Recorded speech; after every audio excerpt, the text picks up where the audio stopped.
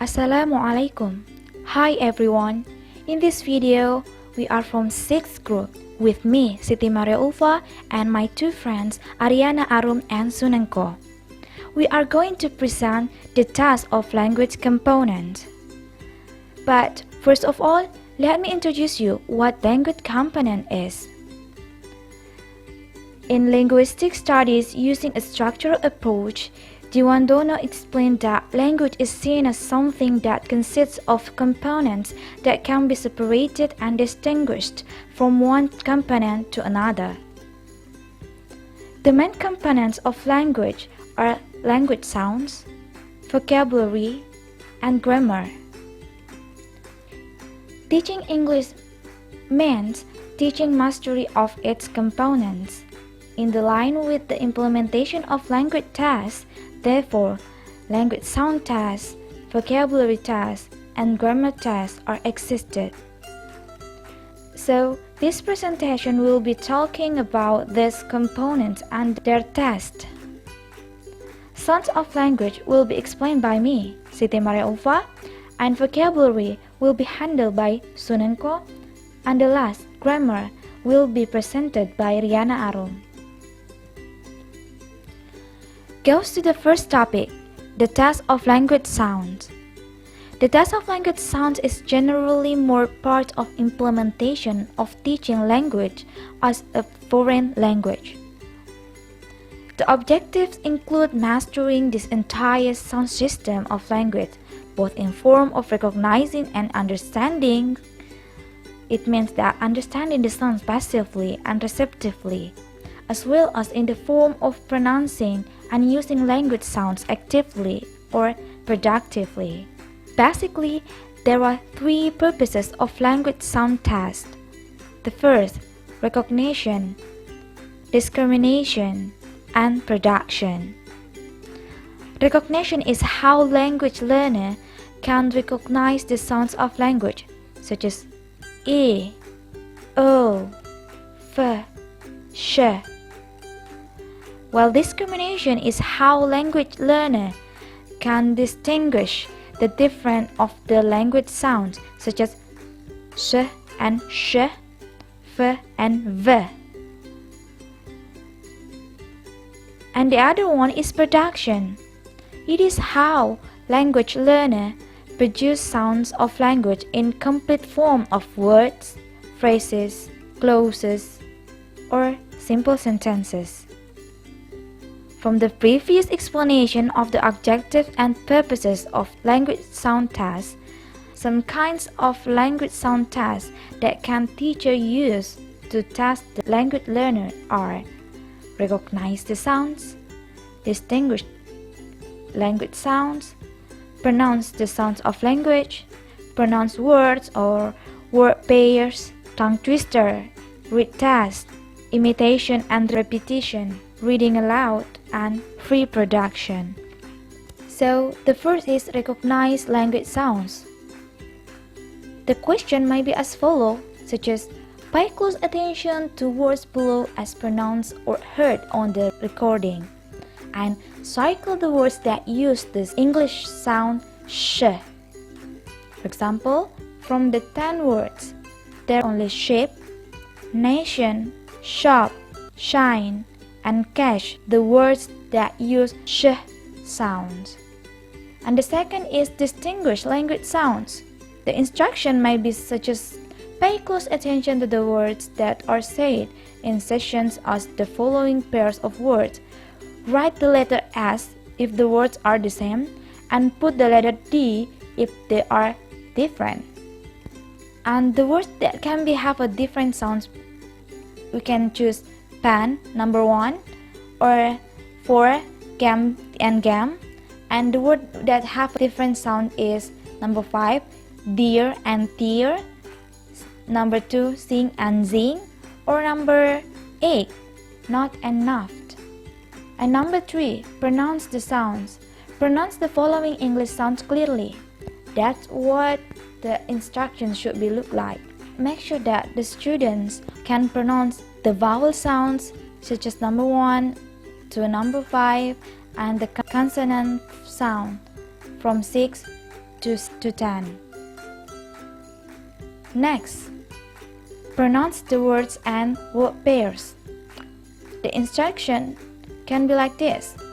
Pronounce the following words and series of word pairs clearly, such as a myth, leisure, shameful, buffalo, active. That's a word, and the pair words is right and right, back and back, sign and shine, patch and badge, lake and lake. And number 5, tongue twister.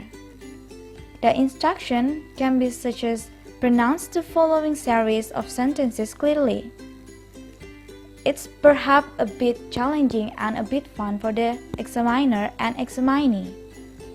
For example, she sells seashells on the seashore. The 6th is reading text. For the text to pronounce language sounds through reading, the teacher or examiner can use the appropriate reading material, which makes language sounds which pronunciation needs to be confirmed. And the 7th is imitation and repetition. In this test, they can be words or sounds, phrases or sentences which focus not only about how to produce the sounds but also how is the intonation, the stress, the high and the low of the power of the voice, and so on and so forth. And the 8th is reading aloud. For this test, perhaps sounds the same with the number 6. But here, for the task, an examiner must make sure first the students are able to read. There can be a list of words, phrases, sentences, or paragraph, dialogues, poems, drama excerpts for advanced or intermediate level students. And number 9 is free production. Free production is about how producing utterance, such as what is this, where is the book, and students produce the suitable answers freely. It sounds like a speaking, but here the difference is the examiner will focus on how students producing the sounds of language. So that's all about language sound test. The next is the task of vocabulary by Sunengko. Okay, here is Sunengko, and in this part we will discuss about vocabulary. How should the teachers test vocabulary? How a teacher intends to test vocabulary should be connected to how they teach the course. So, how to test? Here are: the first, students should not be asked to simply memorize long vocabulary lists. The second, when testing vocabulary, avoid testing words in isolation.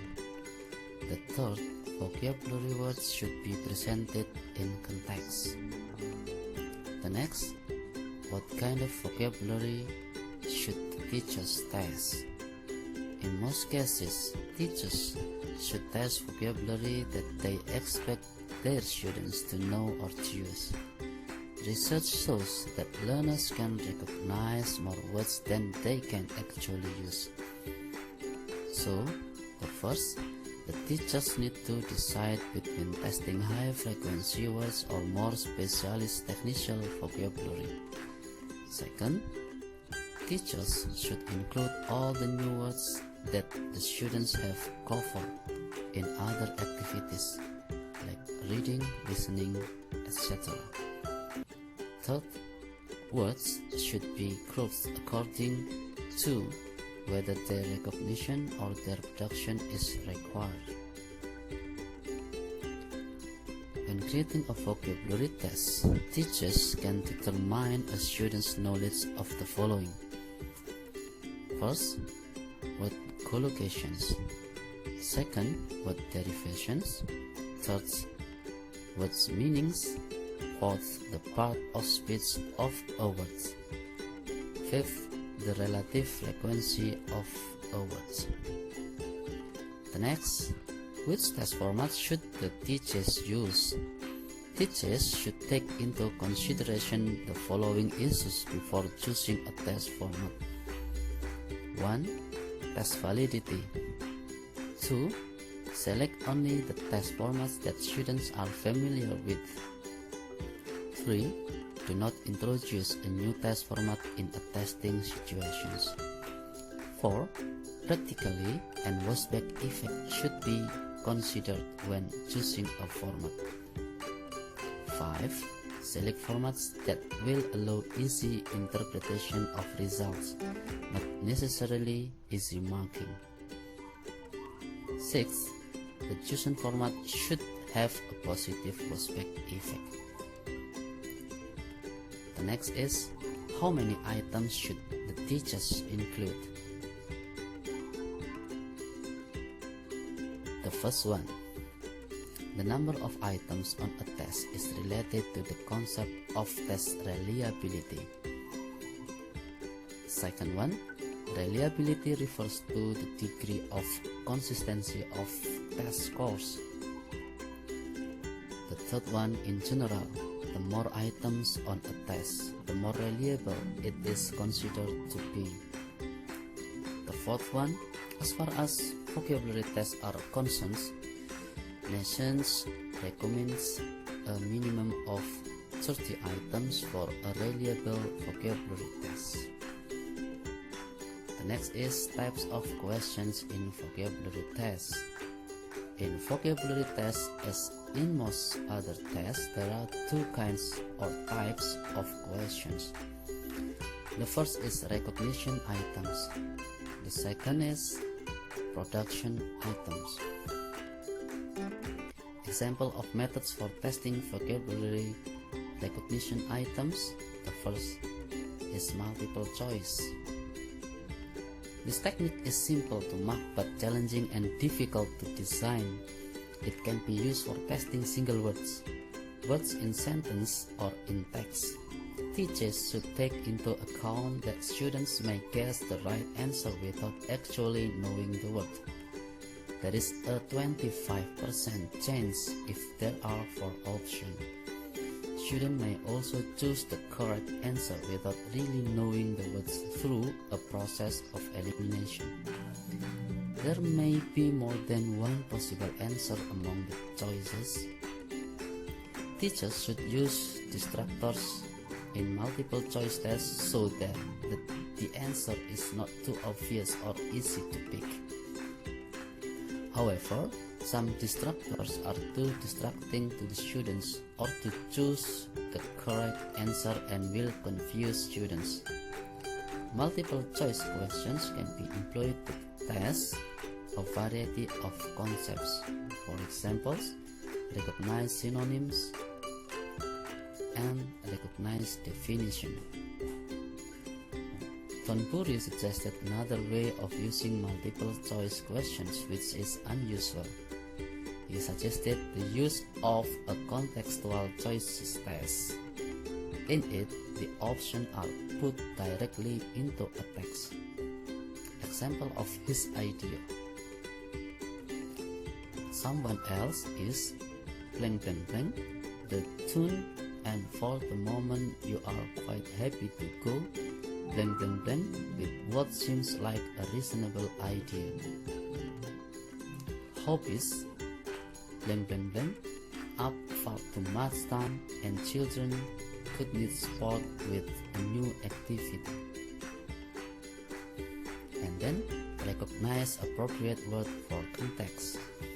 Students must show that they understand the appropriate word for the context. It can also be portrayed as a multiple choice questions. The example, the strong wind blank blank blank demands effort to put up the tent. The choices is disabled, hampered, deranged, killed. And next we talk about production items. The testing of vocabulary productivity is so difficult that it is practically never attempted in proficiency tests. The main difficulty is the need to limit the candidate to the usual one lexical item that we have in mind. However, there are still several methods around this. The first, using pictures. The teachers can display pictures of various objects or people and ask the students to write down the names of them. This method is obviously statistic to consider nouns that are simple to name. The second, definitions. The teacher writes the definition or meaning of a particular word and the students must answer with the word itself. This may work for a range of lexical items. However, not every word can be easily defined, and sometimes there is more than just one correct answer. The definition should be clear so that the student can understand it and come to the correct answer. For example, 1.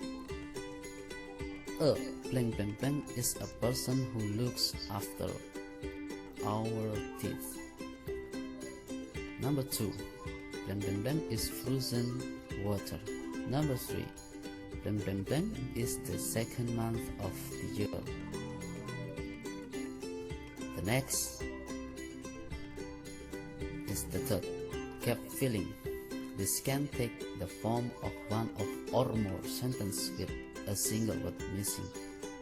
For example, because of the snow, the football match was blank blank blank until the following weeks. And the fourth, expressive or Peabody vocabulary test. The teacher shows the students pictures and asks the students to describe the picture. The teacher might show the students a picture and ask the students to give another meaning for a word. It can be synonyms or antonyms. The teacher may ask for the opposite meaning of a word while showing a picture to the students. The test is quick to administer and can provide valid results and reliable scoring. The next, other methods teachers can use to test vocabulary. 1. Translations. 2. Oral testing. 3. Associations. 4. Placings. 5. Synonyms and antonyms. 6. Term formations.